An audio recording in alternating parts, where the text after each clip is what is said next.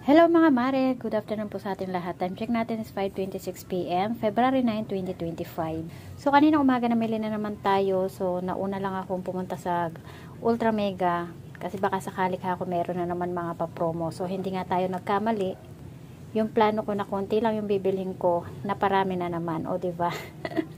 Nangyayari din ba ito sa inyo mga kasari ka super? Yung plano mo, pupunta ka ng grocery store, bibili ka lang ng mga ilang piraso na items, yung mga paubos lang at mga ubos na sa yung tindahan. Pero pagdating mo sa yung pupuntahan ng grocery store, dahil nga ang dami naman nakikita mo mga nakapromo, napapadampot ka na naman. Kaya kadalasan yung nadadala mo na pera na pamimili ay kinukulang. Diba? Kasi lalo na kapag alam mo na fast moving sa yung tindahan, talagang dampot dito, dampot doon, o diba? Dampot pa more. So, isi-share ko lang sa inyo itong mga pa-promo na nabili na naman natin kay Ultra Mega. Sobrang natutuwa lang kasi ako dahil nga palaging napakasarap sa pakiramdam yung meron tayong mga karagdagang kita na napapamili. So, bubuksan ko lang yung ilaw dahil nga medyo madilim na, dahil nga makulimlim din sa labas. So, ayan yung labas. Ayan. Maghapon hindi uminit, puro hangin lang, kaya malamig ang panahon. So, ito na nga yung nakasupot natin from Ultra Mega naman ito. Itong naka-eco bag na ito lahat ay from Ultra Mega. Ito may nabili na naman tayo na Safeguard White. Buy 6 get 1 free. Ito fast moving sa lahat ng mga Safeguard ko itong white. Kadalasan ito lang talagang hinahanap nila. Yung mga ibang kulay ayaw nilang bilhin. Kaya ginagawa ko na dinidiskartihan ko. Sabi ko wala nang white. Kaya napipilitan silang bumili ng ibang kulay na tinda ko. O mga kasari, ganun din ba kayo? Para lang mabenta yung items na slow moving, nire-recommenda nyo rin ba sa customer ninyo yung items na yon, di ba? Para-paraan lang bilang negosyante. So ito, ang suki ko nitong cream silk keratin damage repair. Wala akong makitang ganito dun sa suki ko ng grocery store. Tanging kay Ultra Mega lang ako nakakabili ng ganito. At lagi pa siyang pa buy 11 get 1 free. Kaya bumili na ako ng 2 tie kasi nga kahit isa lang yung suki ko nito, araw-araw naman siyang bumibili sa akin ng ganito. Naubusan ako ng ganito ilang araw. Plus ang benta natin nito syempre 9 pesos each. Karagdagang kita ng 18 pesos sa 2 tie. Tapos ito naman, ayan, minsan lang naman may maghanap sa akin ito yung liquid detergent nitong Breeze. Bumili lang ako ng ito. Dahil nga naka-buy 6 get 1 free siya. So, magkano bang benta nyo ganito mga ka-super kasari? Hindi ko pa naman na-check sa resibo kung magkano ang puhunan nito. Pero bentahan ko sa mga Ariel ko, sa mga twin pack ko ng mga soap powder ay 17 pesos. Karagdagang kita ulit, diba? Ang saya-saya. Tapos, itong down nila pink, hindi ito mabenta sa akin. Kaya bumili lang ako nito ng 2 ganito. Ito yung isa. Ayan yung isa. Diba? Dagdag kita ng 16 pesos, 8 pesos ang bentahan natin sa Downy Garden Bloom. So, itong mega sardines natin na red, naka ano siya, buy 10, save 10 peso, 6 pesos. Bali, ang isang ganito, 10 pieces ay 237.60. Pumapatak siya ng 23.75 each. Kahit pa paano, yung 6 pesos na yan, malaking bagay din yan kapag naipon, diba? Matagal pa rin naman ma-expire to at bumibenta rin naman sa akin tindahan. At isa pa, itong Argentina Converve 150 ml, 150 grams, buy 3, save 7 pesos. At dahil nga mabenta rin sa akin tong Argentina Converve, bumili na ako ng 4 na ganito. Yung mga nakadisplay na doon na natitira, binili ko na lahat. Ayan, 4 na ganito. Bali 12 pieces lahat ito. So, ito pa yung mga ibang nabili natin. Yung Mentos na iba-ibang flavor. Naka 50 plus 5 free siya. Dagdag kita ng 5 pesos. Mabenta naman to sa kapitbahay ko kasi gustong-gusto nila ito. Yung mga anak ng kapitbahay ko. Kada bili nila 10 pieces or 15 pesos. O, diba? Kakabili ko lang doon sa suki ko ng grocery store kahapon. Meron na naman tayong nabili pero hindi siya naka-free na 5 pieces.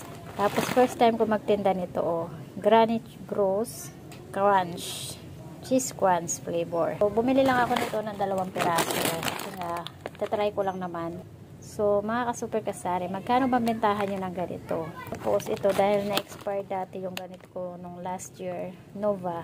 Kaya ngayon na lang ulit ako nagtinda nito. 2 piraso lang ang binili ko. Dahil may pamahalan nga rin yung Nova. Ito pa yung VCAT. May mga na-expire din ako nito last year. Kaya ngayon bumili lang ako ng 2 piraso. Diba? Lesson learned.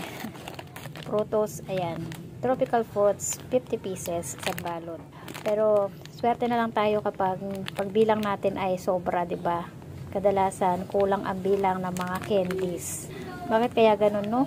Expect na natin na kung magkano yung kita natin sa bawat candies. Pero kapag binilang natin, kadalasan kulang. Bihira lang mangyari yung sobra. Ito, pinabili ng anak ko. Ayan. Dahil kasama ko siya kaninang namili. Dahil nga mabigat si panigurado yung madadala ko. Kaya ayan, nagpasama ko sa kanya dahil may motor nga yung anak ko. Lagi nakatoyo. Request niya to. Kapag kasi request ng ating mga anak, hindi tayo makatanggi, diba? So, tapos, ayan, isang box lang ng Big 250 apple flavor. Ito naman yung nabili ko dun sa tapat ng Ultra Mega, yung sigarilyo. Ang pakay ko nga doon ay bibili ako ng Fortune na green dahil 133 lang ang isang kaha doon. Ayan, bumili ako ng Fortune isang kaha, 2 kaha ng Chester Black, isang kaha ng Marlboro Red, at isang kaha ng Chester Red. And then, ito naman yung nabili natin kay Suki na grocery store, 2 cracklings at saka 2 patata. Ayan.